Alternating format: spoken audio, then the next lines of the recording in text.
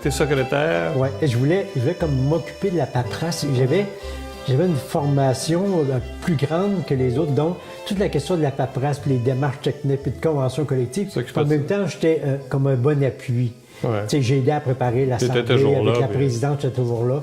J'ai été comme le fil continu, sauf le temps où j'ai été congédié. J'étais comme un fil continu jusqu'à 1979, quand je suis parti. Et moi, je retourne au travail le 28 janvier. Ah, parce que tu as gagné ta cause. J'ai gagné la cause. Alors moi qui travaillais au département de la réception, puis de plus en plus, je travaillais sur le lift truck, c'était intéressant. Là. Ils me donnent comme job balayeur et laveur de toilettes. Mais les hosties de bécosse là-bas, ils étaient lavés une fois par semaine. Et là, moi, il fallait que je les lave 2 fois par jour. Ce qu'ils ne savaient pas, c'est que 75% sont des femmes. Donc, j'étais le seul gars qui avait accès aux toilettes des femmes. Et ça a été mon terrain de mobilisation extraordinaire. Parce que je donnais de l'information aux plus militants, puis ça voyageait régulier. Hein. Tu sais, je donnais de l'information, puis là, ça se passait là-dedans. Dans l'ensemble, les gens qui sortaient, même si des fois on n'avait pas eu le temps de jaser, là, je suis pas normal avec toi. Le boss, il a réalisé qu'il ne pouvait pas me casser. Donc là, c'est revenu pas à la normale, mais disons, c'était comme 2 fois, 3 fois par semaine. Là, ils sont affectés à d'autres jobs, toujours très, très, très diversifiés. Ils ne voulaient pas que je me colle à un département, un groupe en particulier. Votre syndicat, comme vous êtes accrédité... La FCAI, eux autres, ils ont perdu le vote. Hein? Mais ils ont répliqué pour l'équipe du soir. Parce qu'ils représentaient déjà l'équipe. Juste l'équipe du jour. Nous autres, on avait exclu l'équipe du soir parce que c'est l'équipe qui va tout faire basculer parce que c'est des employés temporaires. Ils ont répliqué avec l'équipe du soir. Et là, comme par hasard, l'équipe du soir est devenue régulière. Au lieu d'être 20 personnes, ils sont passés une quarantaine de personnes. Au lieu de travailler un soir ou l'autre, une semaine ou l'autre, ils travaillaient régulier, ce qui fait qu'il y avait des mises à pied de jour. Et eux autres, ils ont appliqué pour l'équipe du soir pour les représenter. Donc, ça a continué. Ils ont eu une accréditation. Hein? Ils ont eu une accréditation, mais nous autres, on a aussi appliqué. Puis en bout de ligne, après 1 an et demi, on a gagné aussi cette accréditation. Même avec l'équipe du soir? Même avec l'équipe du soir. C'était incroyable. Le militantisme s'est développé. Puis moi, aujourd'hui, ça vient me chercher encore parce que je me dis, c'est quasiment un petit miracle ça, on est passé à travers. On n'est pas là dans la grosse entreprise avec des salaires d'avenir puis des conditions d'avenir. On est dans une petite usine, mais maudit, tissé serré. Vraiment, là, des gens du quartier qui se connaissent puis qui...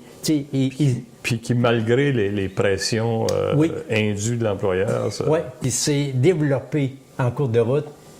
Maudit qu'on est fort quand on est ensemble. Comment on peut être fort quand on est ensemble? Donc, il y a eu tout ce cheminement-là qui s'est développé en cours de route et qui était quelque chose de très humain, de très... ça faisait comme une petite famille. Une fois que je suis retourné au travail, les négociations commencent et là, ça piétine. La FCAI continue son travail, la répression continue aussi. Il y a des augmentations de salaire qui sont prévues dans la convention collective de la FCAI pour les travailleurs de jour, pour tout le monde. Nous autres, on n'a pas de convention collective encore avec les Outahs, là. On n'a pas réussi. Ces augmentations-là sont bloquées. Et à la fin juillet, l'employeur, il annonce un lock-out. Ah bon? Parce que il n'y a pas eu de convention collective déréglée, puis il y a quelque chose qui permet dans le Code du travail, après tant de temps, 3 mois, lock-out ou grève permis, lui il annonce un lock-out. Il annonce un lock-out, sauf pour ceux qui vont renier, qui sont prêts à renier le syndicat, les Outahs. Et là, tout le monde qui rentre au travail est attendu à la porte, puis doit pas signer une déclaration, mais faire une déclaration. Encore, il quitte le syndicat. Et renie le syndicat. Les conseils de nos représentants syndicaux, c'est dont François Gagné, ils disent allez-y, le principal, c'est pour rentrer parce que ça s'était su la veille, tu sais. Il faut, allez-y, c'est complètement illégal, ça va juste démontrer à quel point ils ont été de mauvaise foi, puis qu'ils ont brimé le travail que vous faites comme groupe pour vous donner un syndicat de bonne foi. Alors, le monde réussit à rentrer au travail, mais tout le monde est interrogé.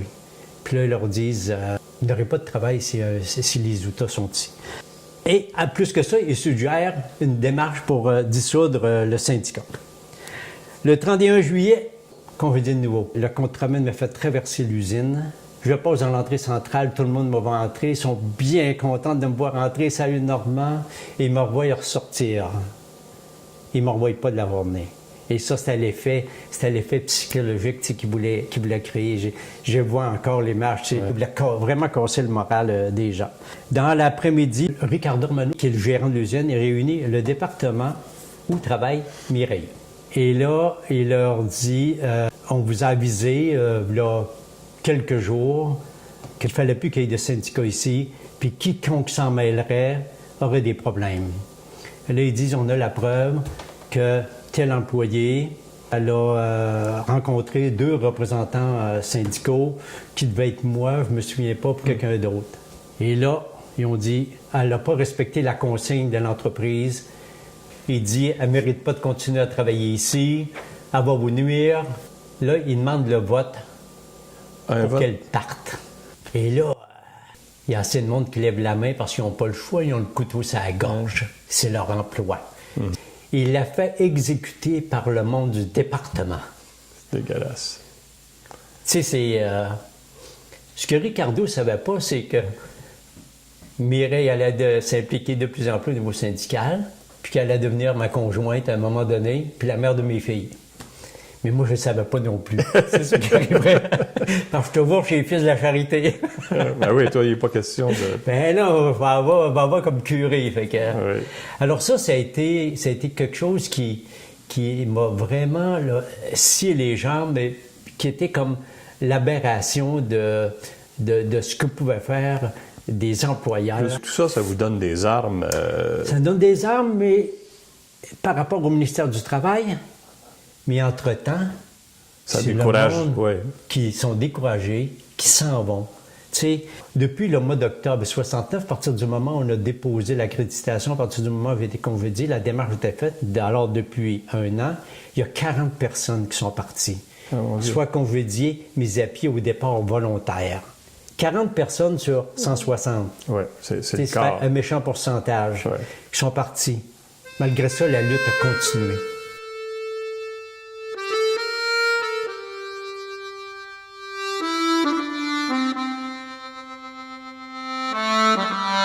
Avec les Fils de la Charité, je suis vite mis en contact avec les groupes communautaires du milieu.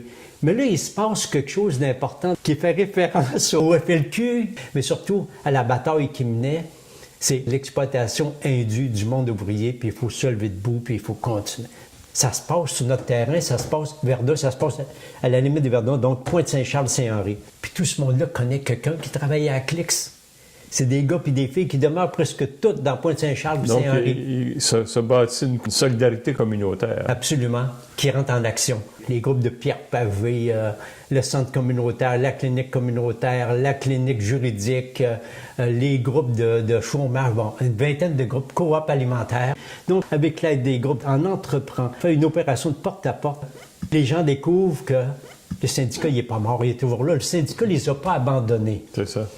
Ça nous mène aux fêtes. Le 8 janvier, je gagne en appel et je retourne au travail pour le 13 janvier. Là, c'est la deuxième fois que tu gagnes. Deuxième fois que je gagne. C'est la deuxième fois que je rentre au travail. La veille de mon retour, il y a 200 personnes qui vont manifester devant la porte de l'usine. C'est tout ce qui brasse à Montréal. C'est quand les gens sortaient de l'usine, ils reconnaissaient tout le monde du quartier, leurs voisins. Puis c'était comme... Le quartier qui dit « Non, ils vous auront pas. On vous appuie. » Je rentre le 13 janvier et là, au lieu de m'ordonner mon emploi régulier à la réception des marchandises et tout ça, on m'installe dans un département au début de la chaîne de production et là, en aucun moment, je ne dois sortir du département. Et si je vais aller aux toilettes, il y a quelqu'un qui m'accompagne. Tu sais, T'es plus le boss des Bécosses. Je suis plus le boss des Bécosses, mais là, il essaye de m'isoler. La guerre n'est pas finie. Je vais le réaliser. Mais là, moi, avec l'appui qu'on vient d'avoir, les 200, on est accrédité. Là, tu sais, le moral est... Quand je vais aux toilettes, il me semble que je vole. Tu sais, Le 12 janvier, il y a une première manif. Le 31 janvier, il y en a une autre. Là, le boss, il nous fait finir à 4 heures au lieu de 4h30 en prétextant qu'il y a une tempête de neige. Mais heureusement, les gens sont rendus d'avance. Et là, on sort de là, puis c'est pas une tempête de neige, mais il y a vraiment une tempête. Il y a encore 200 personnes qui manifestent, puis là, ils disent « Bravo, Normand, puis tu sais, puis là, il établit vraiment le contact avec les gens, tu sais, qui sont là. Et là, c'est très fraternel. Là, je suis vraiment témoin de ça. 2 manifs de 200 personnes en peu de temps. Pour une petite usine comme ça, en peu de temps. Tu sais, c'est des choses remarquables. Tu sais, c'est pas dans le Guinness, mais maudit que c'est dans mes souvenirs puis dans mon cœur. Le 9 février, on reprend les négos. Puis là, moi, je suis là à la table de négo, là. François Gagné, moi, je suis à côté. Armano s'assoit. Et là, la première chose, c'est Monsieur Gagné, on veut prendre la négociation de bonne foi, mais on exige que M. Guimond ne soit pas ici. Pourquoi? Parce qu'on a la preuve que M. Guimond, c'est un terroriste. On a des preuves, on a des photos qui est associées au FLQ, entre autres dans l'affaire du taxi. Ah là, complètement désarmé, on n'en revenait pas. Et alors, François Gagné demande un petit caucus. Puis là, le comité de négociation, on est là. Il dit, Normand, ce que tu en penses? Il dit, pour une fois, ils ont l'air de bonne foi. J'ai dit, François, il n'y a aucun problème. Parce que moi, je sentais qu'il y a quelque chose qui se passait. Surtout qu'ils n'ont pas eu de mesures dilatoires pour reporter la négociation. Tremblay est tassé. Et que je sais pas, je dis, il n'y a aucun problème. Ça, c'est le 9 février. Le 10 février, tout débloque, il y a entente de principe. Ça fait 1 an et demi qu'on se bat. 1 an pour avoir un syndicat. Puis en une journée, c'est... 1 an qu'on se bat pour avoir une convention collective. Et là, en une journée, il y a entente. Il y a anguille sous roche. Il y a anguille sous roche. 11 février, on a une information de la compagnie est vendue. Ah bon? Donc, on est content d'une entente de principe, et le lendemain, ça fait flouche, comme ça. Jusqu'au moment où on réalise que c'est acheté par des Anglais. Et eux autres, ils ont comme l'intention que cette compagnie-là change, que cette compagnie-là produise quelque chose. La convention collective est acceptée par les membres facilement. On se rappelle que la bataille qui est faite, et elle est signée avec les nouveaux employeurs qui sont des gentlemen. Mais vraiment. Les autres, c'est pas des antisyndicaux. Non, c'était pas des antisyndicaux. Ils ont été corrects, fair play, corrects, conscients. Ils ont respecté la convention collective. Puis ils sont engagés, et ils l'ont signée, puis ils s'engageaient à la respecter. À partir de là, ça a été vraiment un temps nouveau. Oui. Un temps nouveau pour nous autres, là, ça a été l'élan, mais ça a été surtout le résultat d'une bataille qui aura duré 1 an et demi. On s'est donné un vrai syndicat. Là, vous avez développé...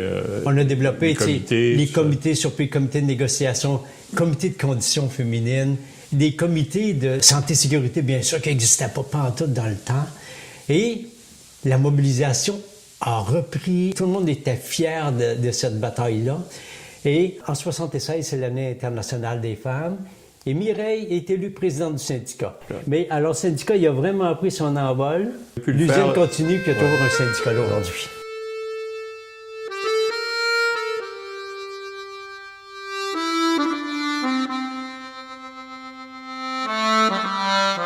Toi, personnellement, à travers toute cette saga, tu es toujours fils de la charité. Tu n'es pas retourné en théologie. Oui. Un peu? Ah oui? Oui, parce que avant de devenir prêtre, il faut un prêtre régulier. C'est 4 ans d'université. Oui. Il t'en manquait une. Il m'en manquait une. J'en ai fait 3 à Québec. Alors là, je suis retourné par les fins de semaine surtout et les soirs, continuer ma 4e année de théologie pour avoir cette licence-là pour pouvoir devenir prêtre. Et là, j'ai côtoyé Gérald Larose. Ah oui? Qui, lui, était rédemptoriste. Et on allait à la même école, mais jamais j'aurais pensé qu'on se recroiserait dans le mouvement syndical. Alors, j'ai terminé ma théologie là, j'ai fait une 4e année, ça a dû prendre une couple d'années, parce que je n'étais pas fort, il faut que ça prenne du temps. Mais c'est surtout parce que c'était juste les fins de semaine. Et parallèlement, j'ai continué ma formation chez les Fils de la Charité, de travailleur ouvrier, d'être prêtre ouvrier. Ça l'a très bien, j'étais dans mon élément, surtout que les Fils ont été tellement un appui important dans toute la démarche syndicale chez nous, mais d'appui moral aussi. Alors, quand j'ai eu terminé ma théologie, terminé ma formation chez les Fils. Et là, j'ai réalisé qu'il y avait une partie de l'engagement, mais je n'étais pas capable. C'était le célibat. Oh. Là, j'ai dit, ça n'a pas de bon sens m'engager pour la vie, tu sais. Ça n'a pas été long. La décision s'est prise. Est-ce qu'il avait commencé à se développer une amitié particulière avec une personne? Sans le savoir, oui. Sans le savoir, oui, parce que Mireille avait été congédiée. Elle était sur le comité. Mireille, c'est ma conjointe, puis la mère de mes 2 filles. C'était pas ta conjointe à cette époque-là? Qui n'était pas ma conjointe, mais elle était sur le comité. Elle avait été congédiée, donc il y avait déjà un lien assez fort. Une complicité. Une complicité, mais quand j'ai décidé de ne pas continuer chez les Fils pour une question de célibat, la date de l'ordination était prévue toute, mais tu sais, mais qu'est-ce que je fais? Et là, c'est devenu comme naturellement. À partir de 75, on a habité ensemble. Mes parents, ils nous ont toujours appuyés dans ce que je faisais, les décisions que j'ai prises. Mais quand j'ai décidé de ne pas continuer comme prêtre, ils l'ont trouvé vraiment difficile parce que là, ils m'ont confié quelque chose.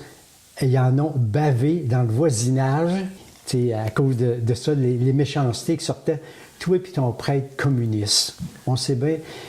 Ils m'ont confié ça juste au moment où j'ai pris la décision. Une fois qu'ils m'ont dit ça, ils m'ont dit « Bravo Normand, c'est ton choix. On t'appuie. Mireille va être la bienvenue. »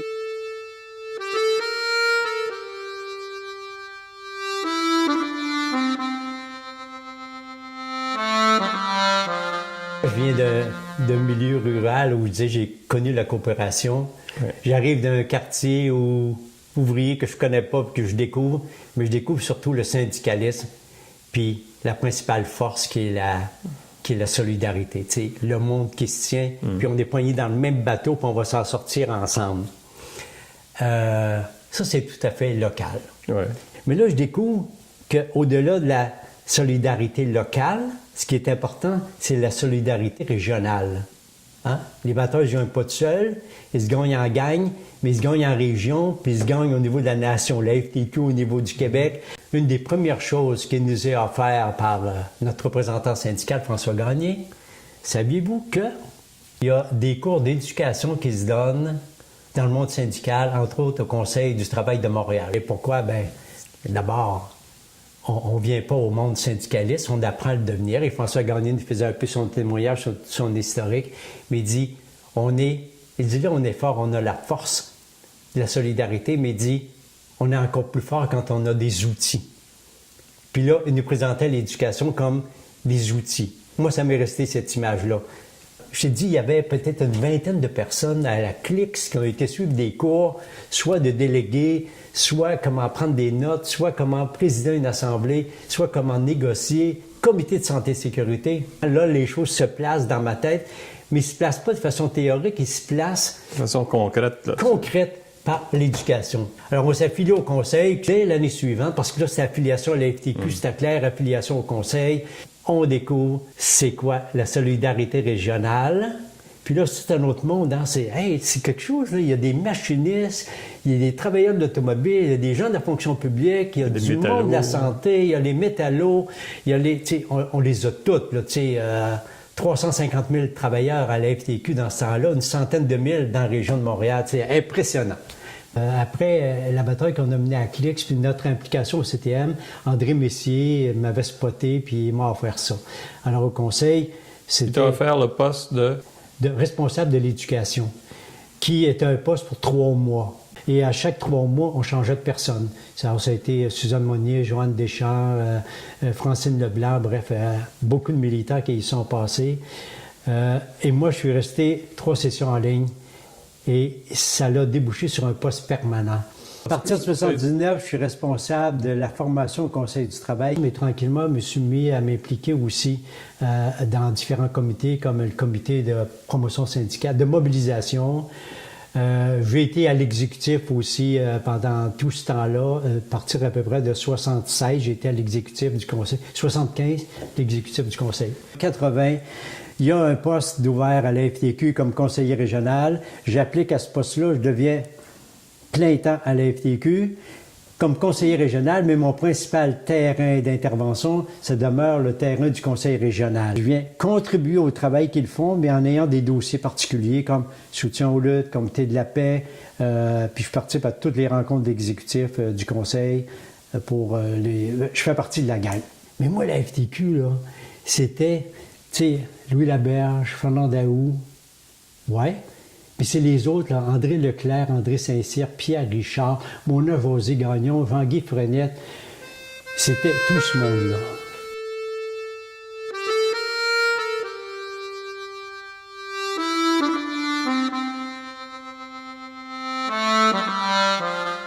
Alors, en 90, la crise de 90, la zone du canal de la Chine, les usines ont fermé une après l'autre, plus des grosses usines comme Norton Electric, 6 000 travailleurs dans le temps.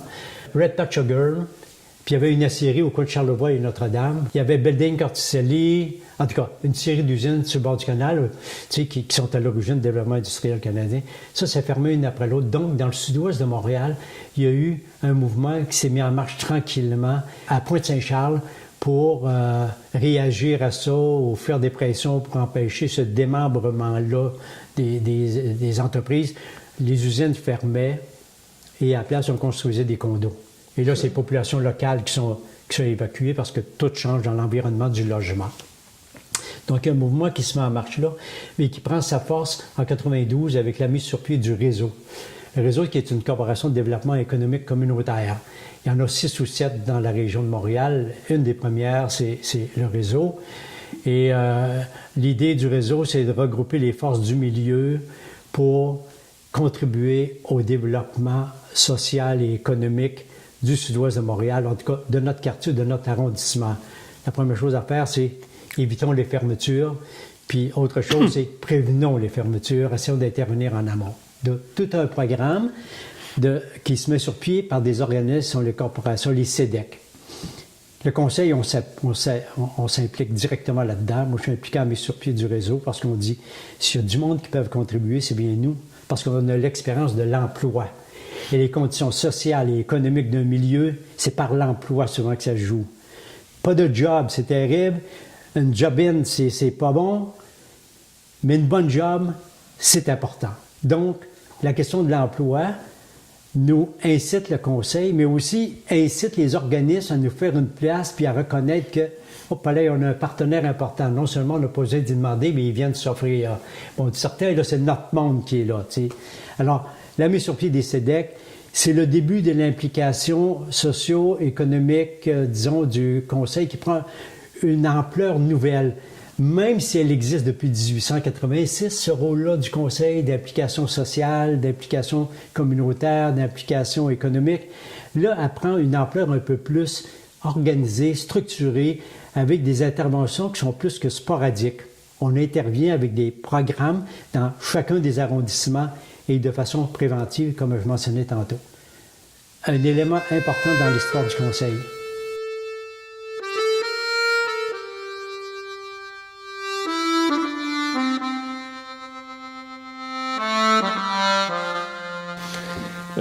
Est-ce qu'il y a des choses que tu aurais fait différemment? Ou est-ce qu'il y a des choses que tu regrettes de ne pas avoir faites? Ou... Je sais pas. C'est une chose bien personnelle. Là. C'était recommencé, j'aurais réglé mon problème de célibat bien avant. Je trouve que j'ai manqué, j'ai passé à côté de quelque chose d'important. Mais non, ce qui me frappe quand je relis tout ça, ça me permet de voir comment tant de choses se sont enchaînées. Le plus satisfaisant, c'était sur le terrain, quand on était capable d'aider les gens à faire les batailles, oui, pour une bonne convention collective, mais surtout pour sauver leur entreprise. C'est la question de l'emploi. Ça, je trouve que ça n'a pas de prix. Et j'ai eu la chance de côtoyer une équipe le fun, d'avoir... c'était un travail de relations humaines, dans le fond, mon travail. Je suis très fier de ce qui s'est fait, mais surtout ce que j'ai vécu. Ça m'a apporté énormément. Mais le plus important, c'est mes filles, mes petits-enfants. Tu sais, mon travail, ça a été bien, hein? Mais c'est terminé. Là, vous me le rappelez, il y a un bout qui va être thérapeutique quand même, parce que je viens d'en reparler de clics, là. Mais ce qui dure puis ce qui perdure, c'est mes filles puis mes petits-enfants. Et ça, c'est le plus grand. Eux, ils sont toujours Ça, c'est là. précieux. Et là, Nicole... Vous étiez connue adolescente? quasiment? 64-65, quand on a parti le terrain de jeu. Ouais. Mais en 69, elle s'en va à Maniwaki. Elle s'en va travailler là. Et moi, je m'en viens à Montréal. On garde toujours contact. Et elle revient vivre à Montréal à un moment donné. Ça a cliqué. Mais on n'a pas eu besoin de se compter fleurette longtemps. On se connaissait, mais de loin. Mais merci beaucoup, mon cher Normand. Puis on se retrouve souvent. Bravo. C'est mon choix aussi. Ça vient toucher toute la fibre de mes valeurs puis d'engagement que j'ai vécu.